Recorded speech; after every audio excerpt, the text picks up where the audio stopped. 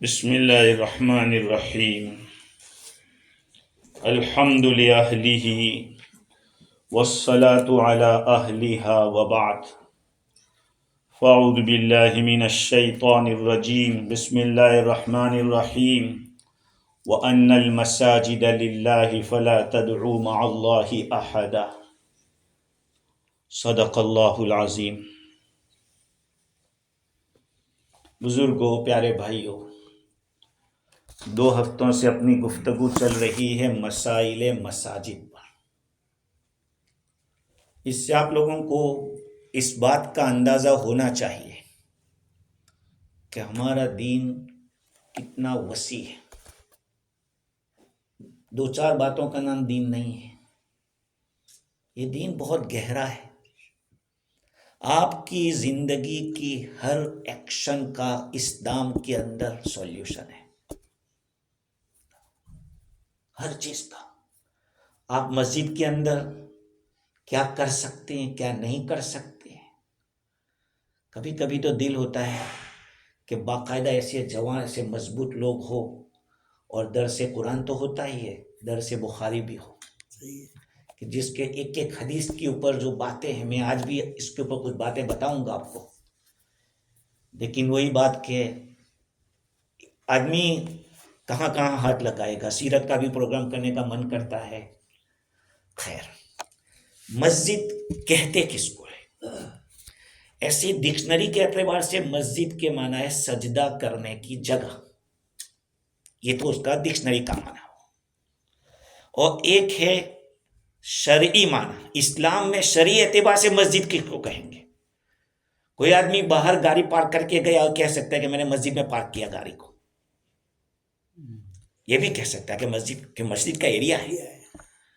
اور ایک کہے کہ میں مسجد میں نماز پڑھ کے آیا، یہ مسجد شرعی ہے۔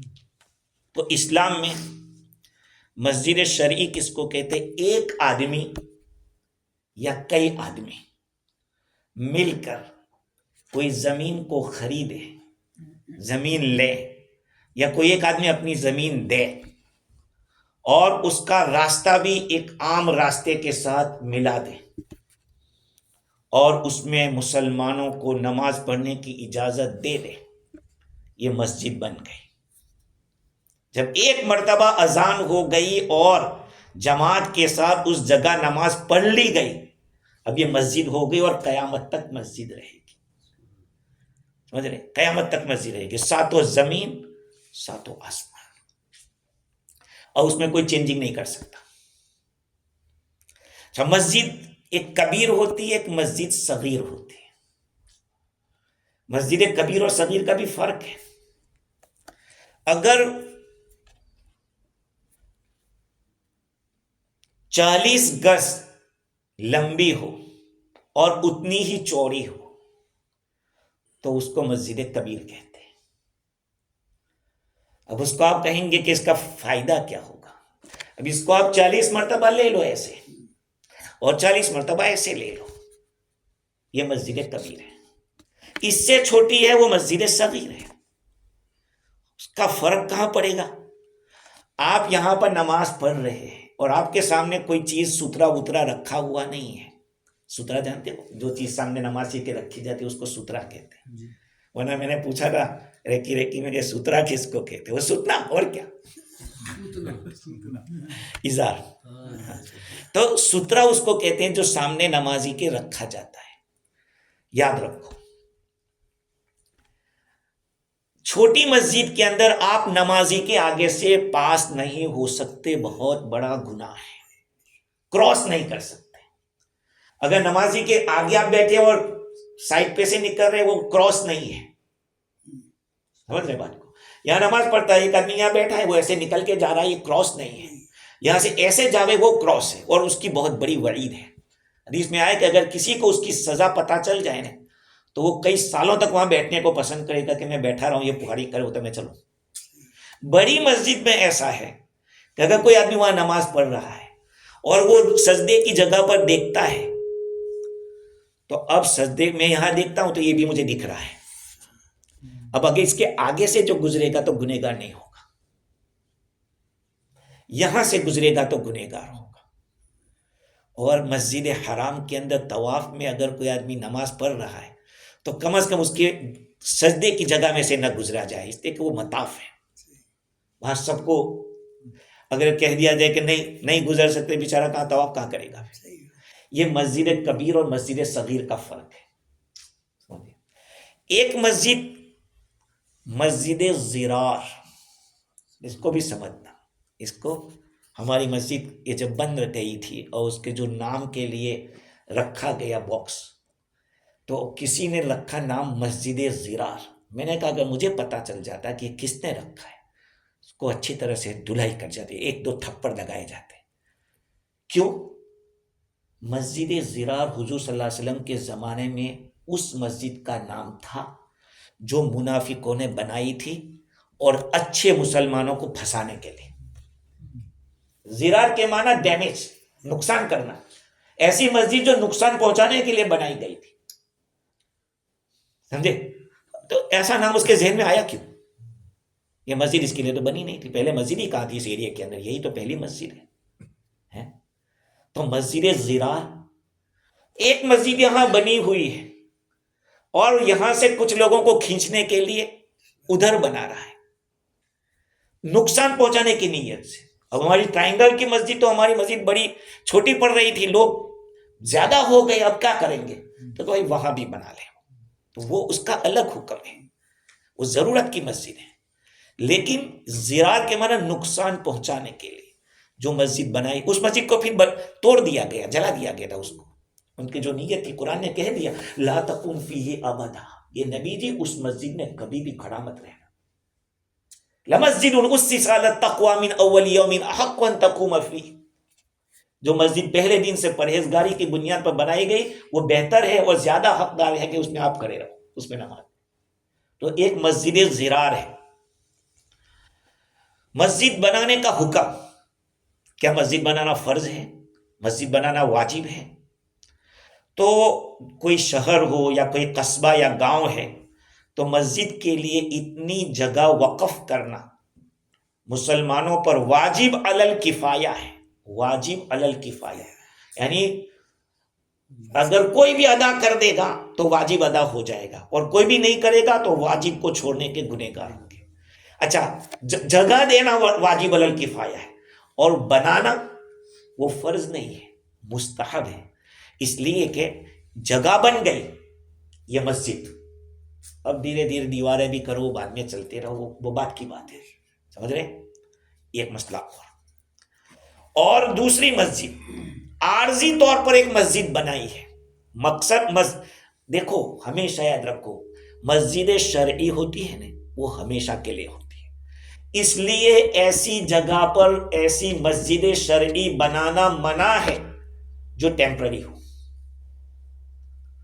مثال کے طور پر آپ نے رینٹ پہ ایک جگہ لے رکھی ہے 10 سال کے لیے، اور آپ اس کو مسجد کہہ رہے ہیں، یہ مسجد نہیں ہے. آپ اس کو مرکز کہیے، مصلی کہیے، سینٹر کہیے، کچھ بھی کہیے، اس لیے کہ 10 سال کے بعد تو وہ دوسرے کے پاس جائے گی. اسی طرح سے ایک کامن پلاٹ ہوتا ہے، یہاں بھی ہوتا ہوگا کامن پلاٹ. ایک آدمی پلاٹنگ کرتا ہے، آپ کو تو معلوم ہے کہ 50-60 پلاٹ ہے، اس میں ایک آدھ پلاٹ آپ کو ایسا رکھنا پڑتا ہے جو سارے لوگوں کے نفع کے لیے ہوتا ہے، کامن پلاٹ جس کو کہتے ہیں. اب کامن پلاٹ کے اندر جتنے بھی ممبر لوگ ہیں اس پلاٹنگ کے اندر آنے والے، ان سب کا حق ہے. ایک بھی نہ کہہ دے کہ نہیں مجھے مسجد نہیں بنا، ہماری ضرورت کی، کبھی شادی ہے تو شادی بیاہ کے لیے بھی اس کی ضرورت پڑتی ہے اور کام کے لیے ضرورت پڑتی ہے، تو کہا کہ کامن پلاٹ کے اوپر مسجد نہ بنائی جائے. ہے نہیں، مطلب یہ ہے کہ سب متفق ہو گئے، بعد میں کسی نے کہا کہ گورنمنٹ کو کمپلین کی، اس کو توڑنا پڑے گا. ہاں ہو سکتا ہے. اس لیے ایسی جگہ مسجد بنائی جائے جو ہمیشہ کے لیے مسجد رہنے والی، اس میں چینجنگ نہ ہو. اچھا، چھوٹے گاؤں کے اندر قریب قریب مسجدیں بنانا، کہا کہ وہ فضول ہے. اگر بلا وجہ شرعی پہلی جماعت کم کرنے یا محض فخر و مباحت کرے میں نے بنائی، وہ کہے میں نے بنائی، کہا اس کے لیے مسجد بنائے، تو مسجد بنانے والے کو بجائے ثواب کے گناہ ہوگا. ہاں، مسجد اس لیے ہوتی ہے کہ جماعت کے ساتھ نماز پڑھی جائے اور آپس میں اتفاق ہو، محبت ہو، اس کے لیے مسجد بنائی جائے.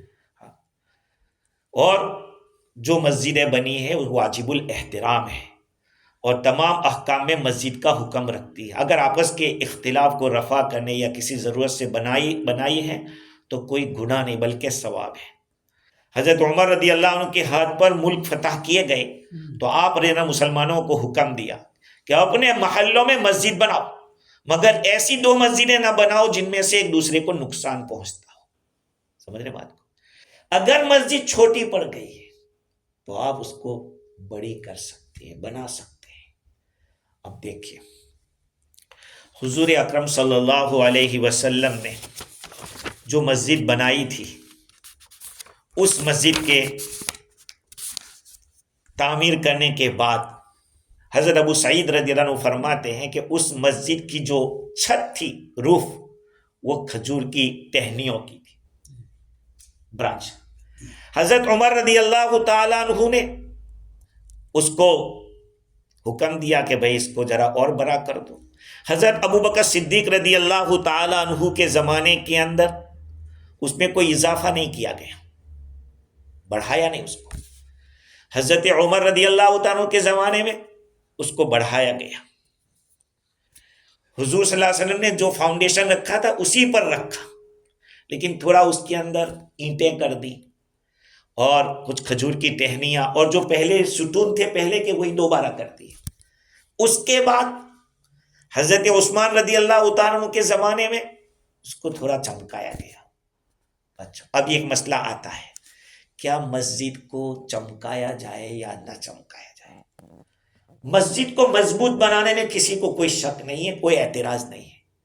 لیکن اب جیسے کہ گنبد رکھا ہے، اگر کوئی پرسنلی اپنے طور پر پیسہ دے کر رکھ رہا ہے کوئی بات نہیں، مسجد کے پیسوں سے نہ کیا جائے، زینت کا سامان نہ کیا جائے. ہاں، مسجد عالیشان ہونی چاہیے اس زمانے میں، اس لیے کہ جب ہمارے مکانات اتنے عالیشان ہوتے ہیں تو اس کے مقابلے مسجد چھوٹی ایسی نہیں پڑنی چاہیے. اسی لیے حضرت حکیم الاسلام قاری محمد طیب صاحب نور اللہ مرقدہ فرماتے تھے، وہ گجرات کا دورہ ہر سال کرتے تھے، 50 سال وہ دارالعلوم دیوبند کے پرنسپل رہے. تو کہا کہ پوری دنیا میں مسجد اللہ کے گھر ہیں، گجرات کہا کہ وہاں مسجد اللہ کے بنگلے ہیں، اللہ کے بنگلے. تو اب آپ کا مکان بڑا ہو اور اللہ کا گھر ایسا.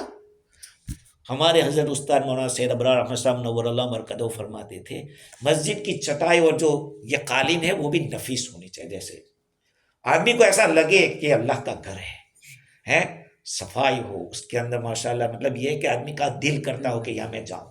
ہاں، یہاں پہ کچھ ایسا نقش و نگار نہ ہو کہ آدمی کی نگاہ ادھر جاوے اور نماز کے اندر ادھر ادھر اس کی نظریں جاوے. سادی ہو، مضبوط ہو اور خوبصورت بھی ہو تو برا نہیں ہے. اب بہت سارے مسائل ہیں.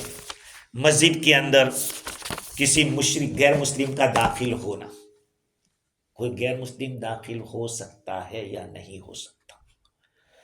تو امام بخاری رحمت اللہ علیہ نے روایت نقل کی ہے کہ رسول اللہ صلی اللہ علیہ وسلم نے نجد کی طرف کچھ گھوڑے روانہ کیے. وہ بنو حنیف کے ایک آدمی کو لے کر آ گئے جس کا نام سمامہ بن اسال تھا. ان کو مسجد نبوی کے ایک ستون کے ساتھ باندھ دیا. وہ نان مسلم تھے. معلوم ہوا کہ غیر مسلم مسجد میں آ سکتا ہے. سمجھ رہے بات کو؟ غیر مسلم مسجد میں آ سکتا ہے، مسجد کا کام بھی آپ ان سے کرا سکتے ہو. سمجھ رہے؟ کوئی اعتراض اس پہ نہیں ہونا چاہیے، کیونکہ رسول اللہ صلی اللہ علیہ وسلم جب پہلے خطبہ دیتے تھے تو زمین کے اوپر ایسے نیچے لاٹھی کا سہارا لے کے، لیکن ایک انصاری عورت نے کہا حضور آپ کی آواز سب تک پہنچی، اس لیے کوئی اونچی جگہ بنائی جائے، ممبر جس کو کہتے ہیں، اور اس کے بھی 3 تھے، سٹیپ تھے، تو وہ بنایا. تو ایک رومی غلام نے بنایا تھا. اس سے بھی معلوم ہوا کہ اگر کوئی نان مسلم سے مسجد کا کام لیا جائے تو کوئی حرج نہیں ہے. ایک اور مسئلہ، مسجد میں آپس کے مسئلوں کو سولو کرنا، آپس کے مسئلوں کو سولو کرنا کا یہ بھی جائز ہے. کیسے؟ آپ لوگ جانتے ہیں حضور صلی اللہ علیہ وسلم مسجد نبوی میں صحابہ کا کچھ شور ہو گیا. آپ تو خبر دینے آئے تھے کہ آج شب قدر ہے، لیکن وہ جھگڑے کے اندر بلا دی گئی. اس میں معاملہ کیا تھا کہ حضرت کعب رضی اللہ تعالیٰ عنہ کا قرضہ تھا، حضرت ابن ابی حضرت رضی اللہ تعالیٰ عنہ کے اوپر، یہ دے نہیں رہے تھے. تو دونوں نے مسجد میں تقاضا کیا. معلوم ہوا کہ مسجد میں اپنا قرضہ مانگ سکتے ہیں. مسجد میں آپ سودا یعنی تجارت نہیں کر سکتے، بیپار نہیں کر سکتے مسجد کے اندر، لیکن آپ اپنی کوئی چیز مانگ سکتے ہیں. کیوں؟ یہ دو صحابی نے مانگا. پھر آپ صلی اللہ علیہ وسلم تشریف لائے تو آپ نے ان کو نہیں کہا کہ معاف کر دیں، ہے نہیں، اور تھوڑا کم کر دیں. ان کو کہا کہ بعد میں دینا، نہیں ابھی دے دیں. یعنی سارا بوجھ ایک پر نہ ڈالا جائے، جو جن کا تھا ان کو تھوڑا کم کر دیں. ان کو کہا کہ ابھی دے دیں. سمجھ رہے بات کو؟ معلوم ہوا کہ مسجد کے اس حدیث سے معلوم ہوتا ہے کہ مسجد میں آپس کے معاملے کی یہ اس طرح سے سولوشن ہو سکتا ہے. بھئی مسجد نبوی کیا تھی؟ مدرسہ بھی وہ تھا، کورٹ بھی وہ تھی. یہاں تک کہ اپنی مسجد کے اندر عام پبلک، دیکھو یہ پنکھا لگانا جائز ہے کہ نہیں، لائٹ لگانا جائز ہے کہ نہیں، وہ کیسے ثابت ہوا؟ اس کے لیے بھی حدیث کہ صحابہ کرام رضوان اللہ علیہ مجمعین جو کسان تھے، کھیتی کا کام کرتے، اپنے کھیت میں سے کھجور کا کھوسا لاتے اور مسجد نبوی میں لٹکا دیتے. اب یہ وہاں غریب صحابہ جو کوئی بھی آنے جانا والا تو اس کو توڑ کے کھاتے تھے. تو یہ تو عام سب کی کے لیے تھا. اس سے معلوم ہوا کہ کوئی ایسی چیز رکھنا جیسے لائٹ سب کے فائدے کی، ایئر کون تھے کہ سب کے فائدے کے لیے، پنکھا تھے کہ سب کے فائدے، کہ پرسنل فائدے کے لیے نہیں، سب کے لیے ہو. اسی لیے کسی کا پرسنل کوئی معاملہ ہو، یہ نہ کہا جائے کہ بھائی مجھے ان کو ووٹ دیا جائے، نہیں، ایسا نہیں. امت کو یہ کہا جائے کہ بھائی ووٹ دینا یہ ہمارا شرعی حق ہے، آپ جس کو اچھا سمجھے اس کو دیں. سمجھ رہے بات؟ یہ تو کہہ سکتے آپ. کوئی اس کو یہ نہیں کہے گا کہ یہ دنیا کی بات کر رہا ہے، یہ دنیا کی بات نہیں ہے. اگر یہ بات یہاں نہیں کرے گا تو ہوگا کیا؟ کوئی مسلط ہو جائے گا اور کوئی سوچے گا کہ یار کوئی ضروری تھوڑا ہے. نہیں، آپ کے پاس یہ امانت ہے، آپ کا ووٹ یہ آپ کی امانت ہے، اور اس امانت کو صاحب حقدار کو پہنچانا آپ کی ذمہ داری ہے. اگر آپ نے نہیں دیا تو کہیں گے آپ کے ووٹ کی کوئی قیمت نہیں. پھر آپ کچھ کہیں کہ یار ایسا تو آپ نے کیوں دیا نہیں صحیح آدمی کو. ایک اور مسئلہ، مسجد کے اندر سونا، آدمی مسجد میں سو سکتا ہے کہ نہیں، یہ ایک اختلافی مسئلہ ہے. حضرت عبداللہ ابن عمر رضی اللہ عنہ کے بارے میں بخاری شریف میں ہے، وہ فرماتے، ان کے بارے میں حضرت نافع فرماتے کہ عبداللہ ابن عمر نے فرمایا کہ وہ جب غیر شادی شدہ جوان تھے، بیچلر تھے، شادی نہیں ہوئی تھی، جوان، کہا کہ میں مسجد کے اندر مسجد نبوی میں سو جایا کرتا تھا. یہیں سے امام بخاری رحمۃ اللہ علیہ نے ثابت کیا کہ کوئی مسافر نہ بھی ہو وہ بھی سو تو سکتا ہے.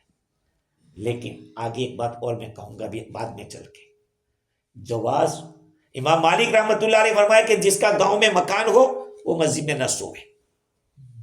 ہاں، اور بہت سے علماء نے اجازت بھی دی اور بہت سا نے اس کو مکروہ بھی کہا ہے. لیکن آگے کی روایت سنیے، الحدث فی المسجد، مسجد میں ہوا نکالنا، مسجد میں وضو کو توڑنا، یہ کیسا ہے؟ معتکف کو تو کہا کہ باہر نکل اور اپنی ہوا باہر نکال، پیشاب جیسے کرنے جاتا ہے، پاخانہ کرنے جاتا ہے، ہوا نکالنے بھی باہر جا سکتا ہے، اس سے اس کا اعتکاف نہیں ٹوٹے گا.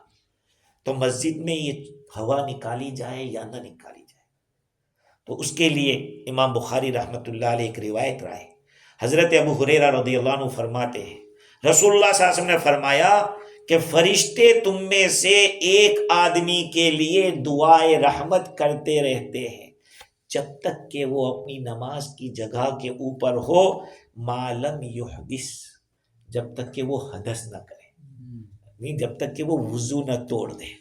وضو توڑ دے گا تو پھر فرشتے ہٹ جائیں گے کہ نہیں اب اس کے لیے دعا نہیں. کیا دعا کرتے؟ اللہم اغفر لہ، اللہم ارحمہ، یا اللہ تو اس کی مغفرت فرما، یا اللہ اس پہ رحم فرما.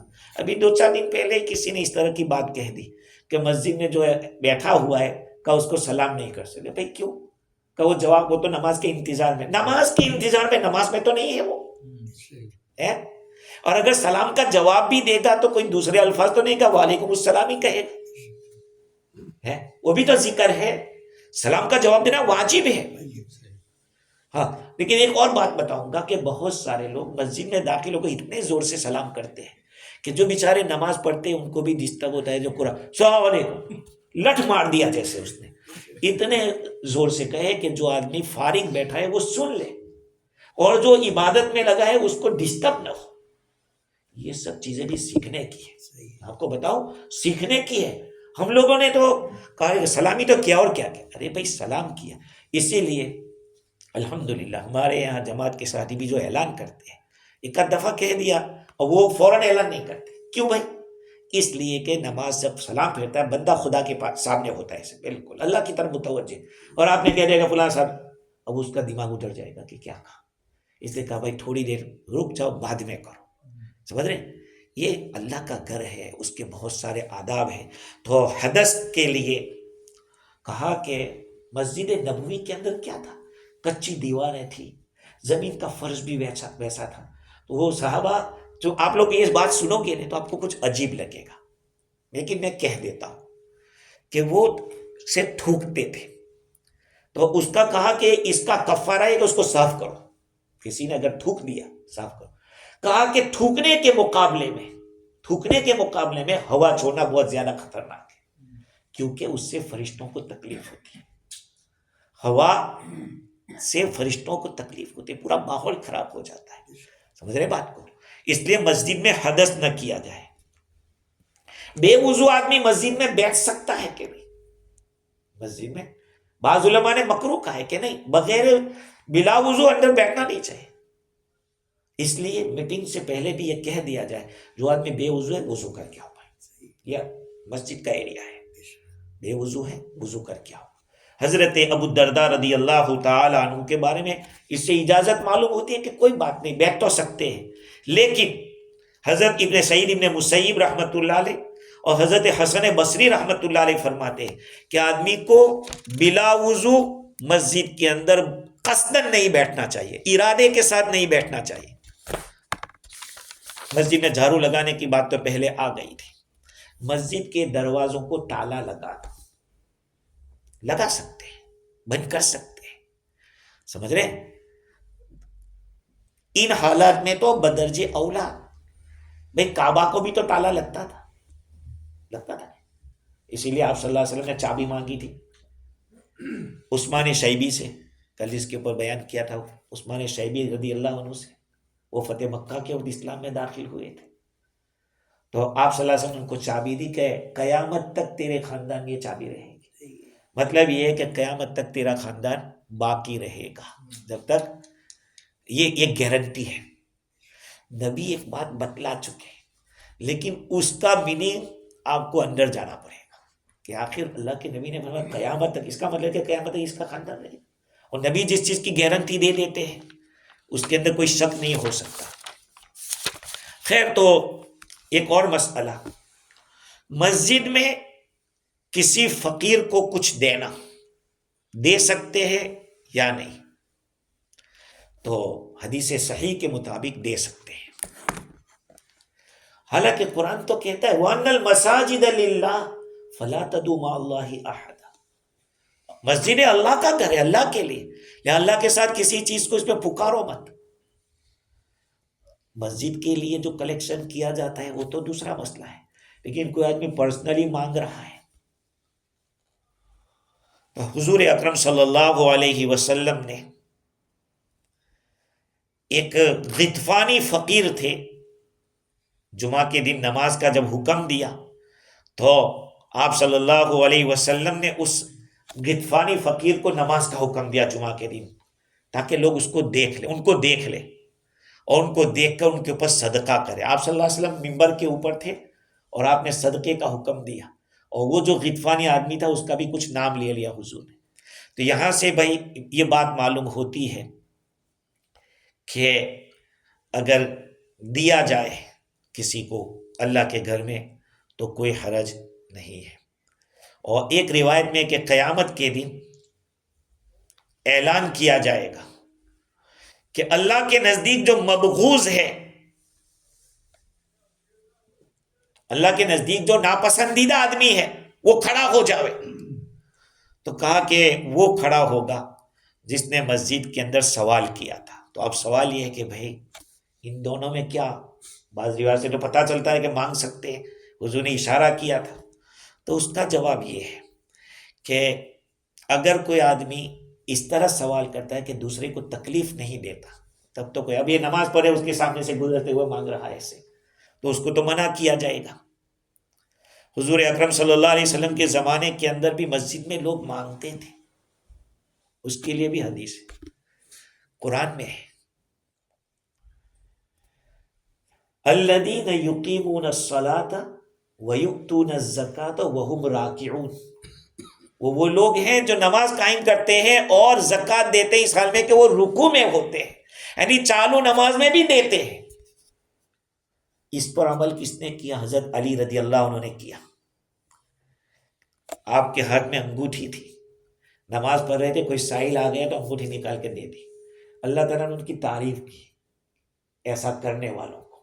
یہاں سے پتہ چلتا ہے کہ اگر کوئی مسجد کے اندر کوئی چیز مانگتا ہو تو اس کو دینے میں کوئی حرج نہیں ہے. اور مسجد کے اندر صفائی کرنا، مسجد میں باتیں کرنا، مقصد لے کر نہ جایا جائے. مسجد میں کھانا کوئی بات نہیں، اگر آپ اعتکاف کی نیت کر لو تو زیادہ اچھا ہے. گنجائش تو ہے، دیکھو اس کو کوئی نہ نہیں کہہ سکتا، لیکن ہم اس لیے کہتے ہیں کہ بہتر یہ ہے کہ اعتکاف کی نیت سے مسجد میں بیٹھو. آپ مسجد میں داخل ہو، اعتکاف کی نیت سے آگے آپ دنیا کی بات اگر کر بھی لیں، یہاں تک کہ معتکف کے لیے تو تجارت کرنے کی بھی اجازت ہے، سامان نہ لایا جائے لیکن سودا کر سکتا ہے. سمجھ رہے بات کو؟ یہ دین کے اندر فلیکسیبلٹی ہے کہ مسجد کا احترام بھی بہت ضروری ہے، کیونکہ یہ سب مسجد نبوی کی بیٹیاں ہیں جتنی بھی مسجدیں ہیں. تو آپ کو سوال ہو آپ لوگ آگے تو مسجد کے بارے میں یا اور کوئی ہو تو. ابھی جیسے آپ مسجد میں آ رہے، ہمارا ایریا جیسے بولتے ہیں اتنے دور ہے نا وہاں سے یہ مسجد کا شہر، تو ہم تحت المسجد باہر پڑھ سکتے ہیں جیسے اس ایریا میں بیفور یو کہ ہم کو داخل ہو کے تب تحت المسجد جو مسجد کا ایریا ہے. دیکھو تحیت المسجد کا مطلب یہ ہے کہ مسجد کی کا احترام، اصل تو رب المسجد کا احترام ہے، مسجد کا جو مالک یعنی رب ہے اس کا. اس لیے جو شرعی مسجد ہے اسی کے اندر تحیت المسجد پڑھی جائے گی. کافی لوگ آ رہے، میں دیکھ رہا ہوں اس ایریا میں تحت المسجد پڑھتے ہیں جو یہ دوال کے پیچھے. ہاں ہاں. آپ لوگوں کی نیت کہاں تک کی تھی مسجد جب بنائی تو؟ یہ مسجد یہ چہاری میں یہ مسجد ایریا ہے، وہ کلاس روم ہے اور انٹر کنیکٹنگ روم ہوتے ہیں. نہیں تو ہم لوگ اب کیا کریں گے، ایک میں نے بھی سوچا کہ مسجد شرعی کی حد، ایسا دا باؤنڈری آف مسجد شرعی ایسا وہاں پہ لگا دیا جائے. کیسا خیال ہے؟ ہاں، دا باؤنڈری آف مسجد شرعی اس کو مقرر کر دیا جائے. ہاں، ایسے ان لوگوں نے تو نیت کر لی کہ یہ بس، تو اگر لگا دیا جائے گا تو جو بھی آدمی سمجھدار ہوگا سوچے گا کہ اب مسجد یہاں اندر پڑھنا چاہیے. نیچے بھی پڑھ سکتے ہیں، اس کا ساتھ میں نیچے اور اوپر سیم سائز ہے. وہاں سے ادھر لیڈیز کے ایریا بھی ہے، ٹوائلٹ کے ایریا اس سائڈ ہے. اسی لیے لاسٹ دفعہ کسی نے سوال کیا تھا کہ ہم لوگ مسجد میں داخل ہو تو دعا کہاں پڑھے؟ اصل دعا یہاں پڑھنا ہے، یا یہ جو آپ نے لگایا ہے اللہم انی اسألک من فضلک، اور ادھر لگایا اللہم افتح لی ابواب الرحمت. اچھا دوسرا ابھی آپ نے جو جیسے مسجدوں کے بارے میں نام آپ کا لکھے، زرار کسی نے لکھا مسجد زرار، تو ایک تو یہ ہے کہ اس بندے کا تجویز کرنا اس نام کو سمجھو کہ اس کی کم علمی کی نشانی ہے. یہ تو بات سامنے آ گئی کہ اس کو معلوم نہیں، وہ صرف یہ سمجھ رہا ہے کہ یہ نام قرآن میں ہے اس لیے مسجد میں بھی نام تو مسجد درار لفظ نہیں آیا قرآن میں، درار یہ تو اس نے مسجد قرآن میں سے دیکھا اور تجویز کر دیا. ایک تو یہ بات ہے کہ اس کو تھپڑ ویسے ہی ہے، یہ اس کے لیے اتنا کافی ہے کہ اس کے پاس جتنا علم ہے تھا اس حساب سے اس میں بات نہیں تو نام لکھا اس نے، وہی تو آپ کو یہ سوچنا چاہیے کہ کسی کا بھی نام رکھو تو پہلے اس کا میننگ سمجھنا چاہیے. ہاں، اس کے کم علمی کی ابھی ایک مولانا کہہ رہے تھے کہ لڑکے کا نام انامتا رکھا،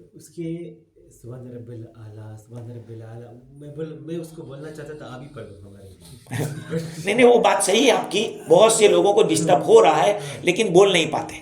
اب یہ ہے ہاں. اب دوسری بات کیا ہے کہ وہ مجلس میں ہوتے بھی نہیں. صحیح بات ہے. کہ ایسی مجلس میں آوے تو دو باتیں ان کو بھی ہم کچھ سنا دیں کہ بھائی دوسروں کا خیال رکھو. اتنا زور سے پڑھو کہ آپ کے ہونٹ ہل رہے ہو یا یہ کہ آپ کا حروف اچھی طرح نکل رہے ہو. تو بھائی عمران کی بات ہی کی تو دارالعلوم دیوبند کے اندر ہی میں مسجد میں نماز پڑھ رہا تھا اور میری تکبیرات کچھ ایسے ہی تھوڑی سی لاؤڈلی ہو گئی، جیسے پیچھے پیچھے ربنا آتا ایسے کچھ. تو جو امام تھے مسجد کے وہ سلام پھیر کر انہوں نے میری طرف پیچھے دیکھا مڑ کے، تو وہ بولے کہ آپ پیچھے پیچھے تکبیر میں تو انہوں نے بولا کہ آپ کی تکبیرات سے میں ڈسٹرب ہو رہا تھا. اور پھر انہوں نے مسئلہ بھی بتایا، اس وقت کی بات ہے، آج سے 35 سال پہلے کی بات ہے. انہوں نے بولا کہ آپ جب بھی کچھ پڑھو آپ کی آواز اتنی لاؤڈ ہونی چاہیے کہ صرف آپ کے کان سن پائے گا، نہ سن سکے پھر بھی اتنا کہ حروف نکل سکے، ہونٹ ہلنا بس. حضور دیکھو حنفیوں کے نزدیک امام کے پیچھے مقتدی کو قرآن کی کوئی آیت نہیں پڑھنا ہے، سورہ فاتحہ بھی نہیں پڑھنا ہے. حضور اکرم صلی اللہ علیہ وسلم نماز پڑھا رہے تھے، پیچھے کوئی پڑھ رہا تھا. اللہ کے نبی صلی اللہ علیہ وسلم نے فرمایا مالی انازع القرآن، مجھے کیا ہو گیا کہ مجھ سے قرآن چھینا جا رہا ہے، مجھ سے کوئی قرآن چھین رہا ہے. کہا جب میرے امام کے پیچھے ہو تو بالکل خاموش رہا کرو. آپ کو تو یہی کہ پیچھے اس امام کے. میں نے پہلے بھی آپ کو کہا کہ دو چیزیں بہت پسند تھی مولانا نانوتوی کو رحمۃ اللہ علیہ کو، ایک کسی کے گھر کی دعوت اور دوسرا امام کے پیچھے نماز.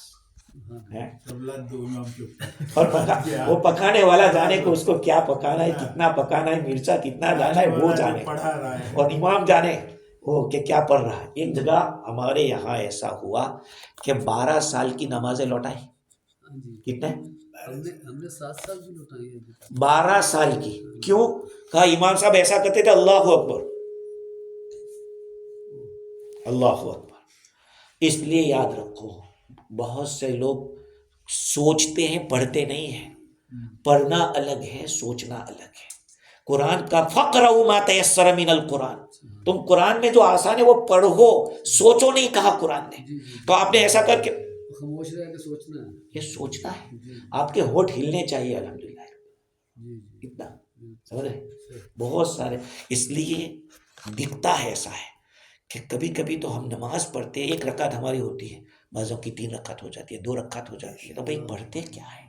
آرام سے پڑھو، خدا سے بات کر رہے ہیں، سے ڈائریکٹ سسٹم چلا جائے بائی پاس کرتے ہیں. اور ابھی مسئلہ ہم کے جمعہ میں ہوتا ہے، لوگ جب متر سے گیپ رہتا ہے پیچھے میں آگے ہم بولے پڑے گی بھائی آگے چلے مسجد یہ پیچھے جس پہ مسجد تو ہے زیادہ ادھر زیادہ ثواب ملے گا. بالکل.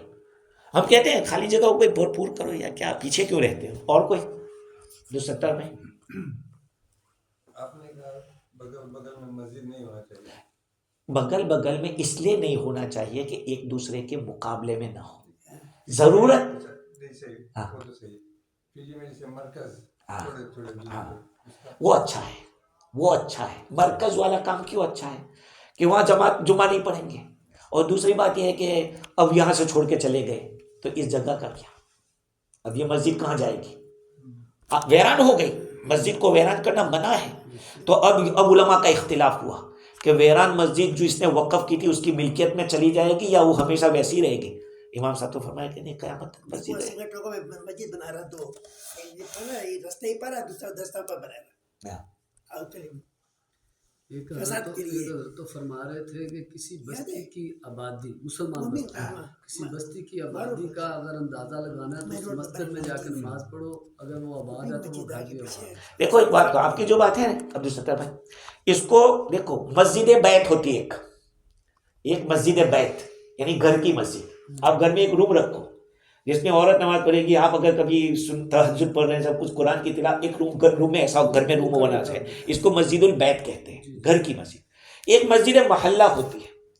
آپ نے مدینہ شریف میں دیکھا ہوگا مسجد علی، مسجد ابو بکر، مسجد عمر، ایک ایک محلے میں. وہ کیوں؟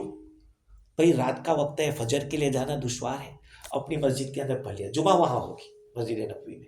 تو اس نیت سے اگر مسجد بنا رہے ہیں، اس کے لیے بہت بڑی مسجد ہونا ضروری نہیں ہے. ابھی یہ کہ آپ کے محلے کے اندر 25 آدمی ہے اور آپ نے 100-200 کی کیپیسٹی کی مسجد بنا ڈالی تو فائدہ کیا ہے؟ جی اور کوئی اچھا امام کے جگہ اور مؤذن کے جگہ تو ٹھیک ہے، ٹھیک ہاں ہر وقت کوئی مان لو یہاں بیٹھتا ہے وہاں بیٹھتا ہے اور ایک دن وہ دیری ہو گئی، کوئی اور آ کے بیٹھ گیا، وہ آ کے ہٹا سکتا ہے؟ بالکل نہیں. دیکھو جو پہلے آ گیا اس کا حق. یہ آپ کی بات صحیح ہے، بہت اچھا سوال کیا آپ نے. لیکن ایسا ہوا ہے تب میں نہیں بالکل نہیں کر سکتے ایسے، مطلب ہے کہا کہ میں یہاں بیٹھتا تھا نہیں، وہ مکروہ ہے. ایک آدمی کا ایک جگہ کو فکس کر دینا نماز کے لیے یہ مکروہ ہے. جگہ جگہ پڑھنی چاہیے. ہاں اور ایک بات یاد رکھو، آپ نے یہاں فرض نماز پڑھی، ہٹ جائے تھوڑا ادھر سنت پڑھیے، یہ جگہ تمہارے لیے گواہ بنے گی. ایک ہی جگہ کو فکس کر دینا. ہاں تراوی کے زمانے کے اندر بعض لوگ بوٹل رکھ کر جاتے تھے کہ بھائی میں یہاں کے نماز پڑھوں گا، وہ بات الگ ہے. لیکن آپ آئے لیٹ اور کہے ہندو لوگ یہ مثال دے رہے ہیں ہمارے مسلمانوں کی کہ اگر پرائم منسٹر بھی آتا ہے تو وہ رکشہ چلانے والا اس کو ہٹایا نہیں سکتا، اس کو نہیں ہٹا سکتے کہ بھائی مجھے یہاں پڑھنے کا نہیں. جمعہ میں ایک آدمی آوے بزرگ ہے، وہ کرسی اٹھائے وہاں سے پورا فارغ دے پر آگے ایک دم بنا ہے. حدیث میں آیا کہ لوگ پھاند کر نہ جاوے، جمعہ کے دن پھاند کر نہ جاوے لوگوں کو ایک دوسرے کو. ایک ہی صف میں کھڑے ہو گئے محمود و یاد نہ کوئی بندہ نواز.